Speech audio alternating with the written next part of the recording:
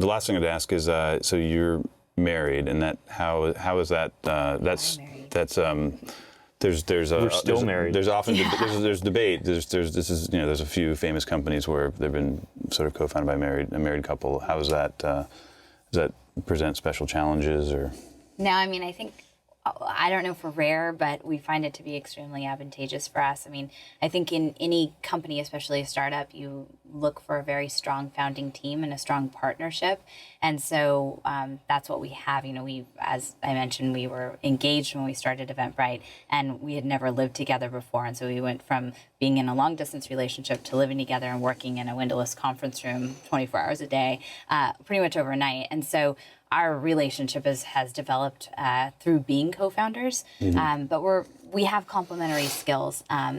But it's not all fluff and warm and fuzzies. We have pretty strict rules for ourselves that we follow to make sure that one doesn't bleed into the other, and that we don't affect our relationship or affect our baby, the business, Eventbrite. And so we learned a really valuable lesson early on from Michael and Sochi Birch, who founded Bebo, who sort of are our mentors and good friends. And they said, divide and conquer, never work on the same project at the same time. And we've actually followed that to a T for the last 5 years.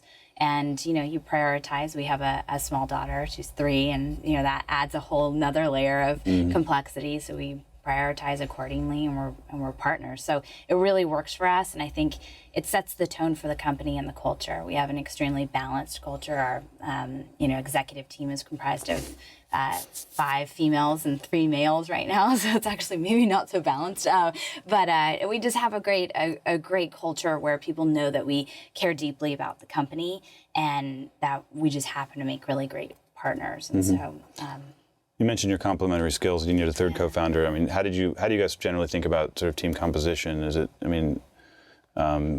which skill, who brought which skills to the table, and so Julia is really focused on culture and team building, and really finding that right chemistry, and is really responsible. Or something, so to speak. Yeah, she's. I would say one of the challenges I had at Zoom is I hired a lot on IQ and not as much on chemistry or EQ. And Julia's helped bring that to the company, and that's been absolutely critical. Just kind of in the PayPal DNA, right? Wasn't that sort of like, they were just like hyper intelligent people? Yeah, absolutely. Not saying they were low EQ, but they were just like super, super high IQ and like.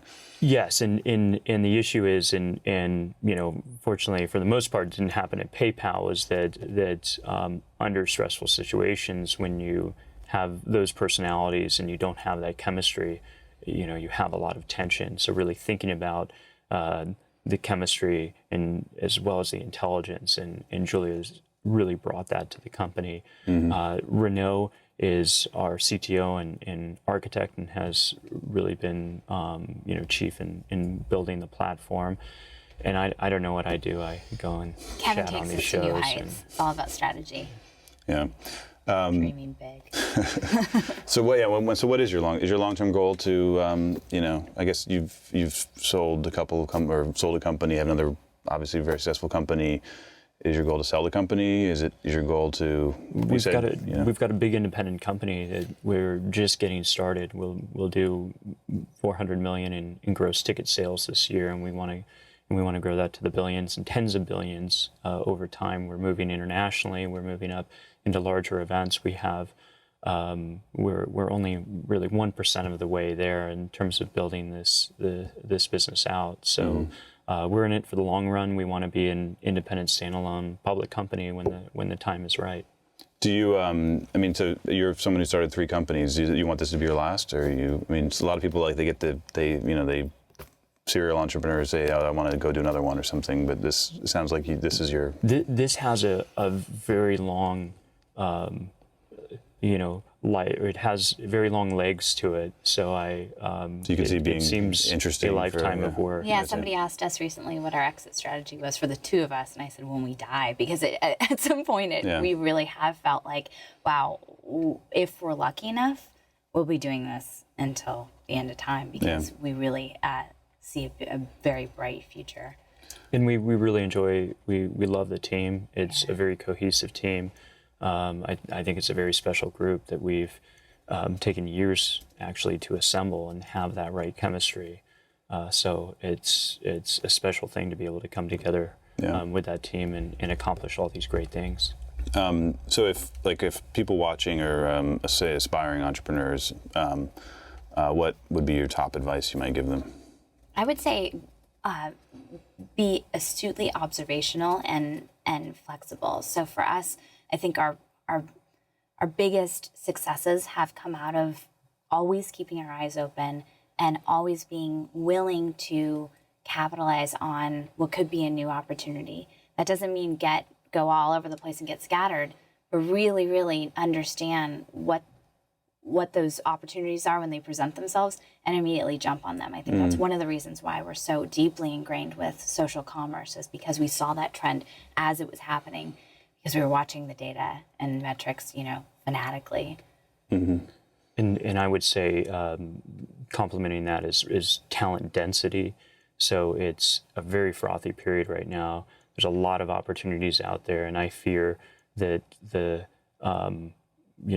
talent has been spread thin, and really maintaining very high standards and keeping really being patient to bring the right people, and again with the right chemistry on board. Yeah, a lot of people have found that I've talked to have said that the biggest competition now is not Google, Facebook, other startups, is people starting a company themselves. Absolutely. There's a theory that says that the reason that Google and PayPal were so successful is that they came out of the dot-com wreckage when they could scoop up all the talent when all the startups had dissipated. And that's a big challenge right now. Are you still actively angel investing?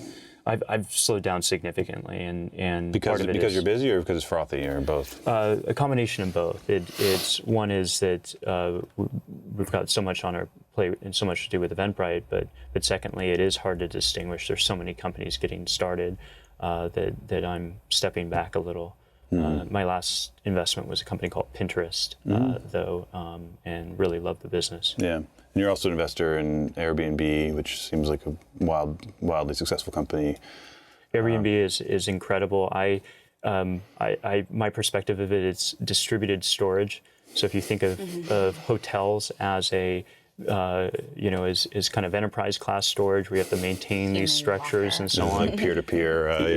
Airbnb is this wonderful model, and it was Keith Javid and I invested in it 2 years ago, and it felt weird, but just seeing the people using it, you always look and see the behavior on the service, and then seeing Nate, Joe, and Brian, they're a remarkable trio of founders.